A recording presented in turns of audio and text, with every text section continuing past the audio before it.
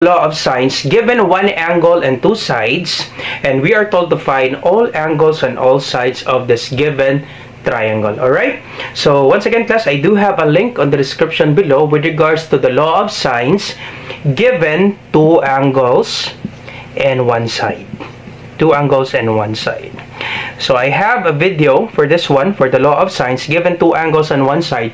Feel free to see the video, class, for you to really understand the law of sines given two angles and one side. I will just put the link, class, in the description below with regards to the law of sines given two angles and one side. Alright?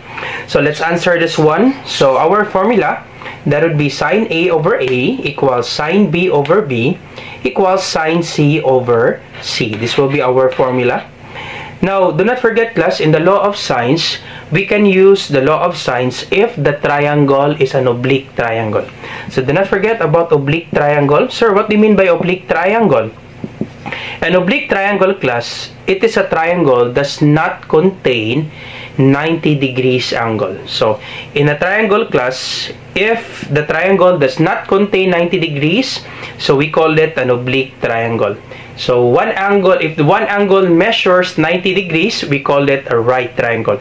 But if a triangle does not contain 90 degrees, we call it oblique triangle, and we can use the law of sines, finding all sides and all angles. Alright? So, do not forget about that one, class, the oblique triangle. A triangle does not contain 90 degrees angle. Because if a triangle does contain 90 degrees, just remember, if the triangle does contain 90 degrees angle, we call it a right triangle. And to find all sides and all angles of this given triangle, we can use the SSA. I hope that you remember this one, the SSA. The sine ratio, cosine ratio, and tangent ratio. For the sine, opposite hypotenuse. Cosine, adjacent hypotenuse. Tangent, opposite over adjacent. So I have the video, class. I will just put the link in the description below in solving the SSA, the sine ratio, cosine ratio, and tangent ratio with regards to a right triangle. Finding all sides and all angles. I will just put the link in the description below, class. But this time, we are dealing with law of sines. We are solving for the oblique triangles. So do not forget that sine A, this angle A, this capital letter, class, these capital letters A, B, and C, these are the angles, the capital letters, and the small letters A, B, and C, these are the sides. Alright, so we have given angle C, so C, capital letter. The opposite of angle C is the opposite side, which is the small c, and we have given small c, which is 19. And we also have given side A, which is 10. The opposite of angle A is the side A. So opposite of A is the side A. We don't have the angle A, but we have the opposite side, which is 10. And we also have, no, we don't have the angle B as well as the side B. So let's check, class, if we can find the side B, because we already have two sides. So let's check if we can find this side using this sine law. Okay, let's check that one. So we will find side B, so we will use this one, and then we equate this equation either A or C, since we are told to find B. So let's check that one. Sine A over A equals sine B over B. So do we have the angle A? Nope, we don't have the angle A. We don't have the angle A. Do we have A? Yes. Do we have angle B? Nope, we don't have the angle B, this one. And we don't have B as well. So therefore, we cannot find the side B using this sine A over A equals sine B over B. We cannot find this angle because we have three unknowns. Okay, when we equate that one, class, it should be only have one unknown. So if only have one unknown, we can use that one. If three unknowns or two or more than three or more than two, we cannot use that one. So let's check sine B. This one is equation sine B over B equals sine C over C. We don't have the angle B. No, we don't have the B. Do we have B? Small b? Nope. So we already have two unknowns, so therefore we cannot use this one, as well as sine C over C. We don't have C. We have C, and we also have small c, but we already have two unknowns. Therefore, we cannot use this equation. So we cannot find one side given one angle. So if there are two sides given and then only one angle, we cannot find the other side. Okay, so always remember that one, class. If given one angle and two sides, we don't have the chance to find the side directly given one angle and two sides. We already checked that one, given two sides and one angle, and we try to find the sides but we cannot find that. So the thing that we will do is we really need to find one angle first and then the side. So let's check that one. Let's find the angle. It's either A or B. So let's check this one, class. So we don't have the chance to find the side, this side B. So let's check to find angle A. So let's use this one, sine A. It depends on your class. You can find B or A. So let's check if we can find A. So sine A over A equals, so we will not use, we don't have the value of A. Okay, we don't have this one, and we have the value of A. So let's check sine A over A equals sine B over B. So that's automatic. We don't have B as well as this B, so we cannot use this one because these are three unknowns. How about if we use sine A over A equals sine C over C? Sine A over A equals sine C over C. Do we have the angle A? Nope, we don't have the angle A. Do we have A? Yes, we have A. Do we have C? Yes, we have C, as well as the small c. So therefore, we can find this angle A. How about if we use to find angle B? So sine B over B equals sine C over C. There's no chance, class, because we don't have B. We don't have this angle B, as well as we don't have the angle at the side B. So no chance, two unknowns already. So we will use to find this equation to find angle A. Alright, so find angle A. So get ready, finding angle A. So to find angle A, so we will write this sine A. So sine A, so sine A, so we don't have the value of A, so just copy sine A equals, our A is 10. So we don't have the value of angle A, just simply copy sine A, then A is 10 equals sine C, so sine, our C is 120, sine 120 degrees, C, class, it means the angle, so sine 120 degrees, small c is 19. So next is cross multiplication. Alright, so sine A times 19, so multiply that one, so that would be sine A times 19 equals, so sine A times 19, that's sine A times 19 equals sine A, sine 120 times 10, let me multiply that one. So a while ago we just simply copy sine A times 19, simply copy. This time sine 120 times 10, we will use the calculator. Sine, okay, the calculator, use this one. Sine 120 degrees times sine 120 degrees times 10. So sine 120 degrees, cross multiply sine 120 times 10. So sine 120 times 10, we have, okay, click the decimal. This is standard, class, 5 square root of 3. You click the decimal, this one, SD, above the del, so above the delete, so SD, standard, it means standard decimal. So click the decimal, so we have 8.66025. So once again, do not forget that our answer, it should be 4 decimal places. If not the final, if this is not the final answer, you need to have 4 decimal places. Do not forget about this one, class. It's on the trigonometric books. Most of the books, they have 4 decimal answers. If that is not yet the final answer, 4 decimal places. because our answer, class, is approximately near to the exact answer. So 8.66025. So the next for 2 is 5. So we have 8.6603. 8.6603. So we have 8.6603. Okay? 8.6603. You need to have 4 decimal answers, if that is not yet the final answer, so that our answer is near to the exact answer. Next is divide by 19. So divide by 19, divide by 19, cancel this out.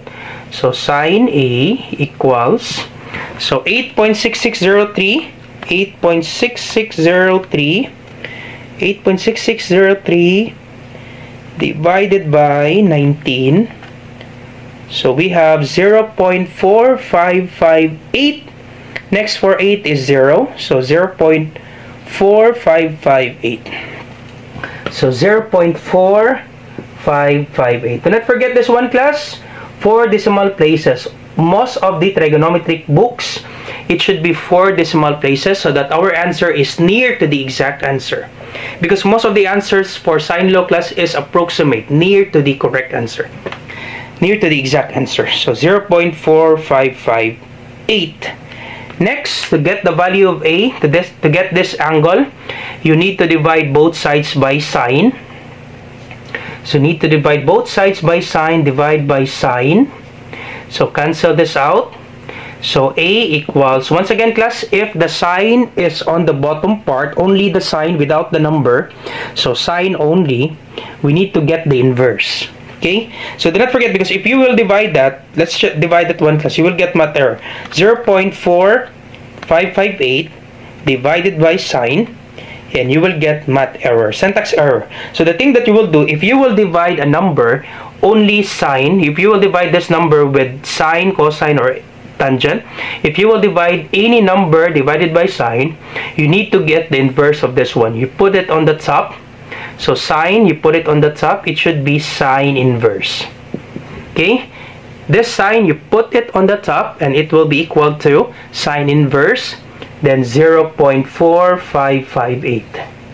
So to get sine inverse, very easy, class. Just press shift. So press shift. This will be shift. Press this one, shift, class, near alpha, beside alpha. Shift, then sine. Okay, let me on this. Shift, then sine, you will get inverse sine.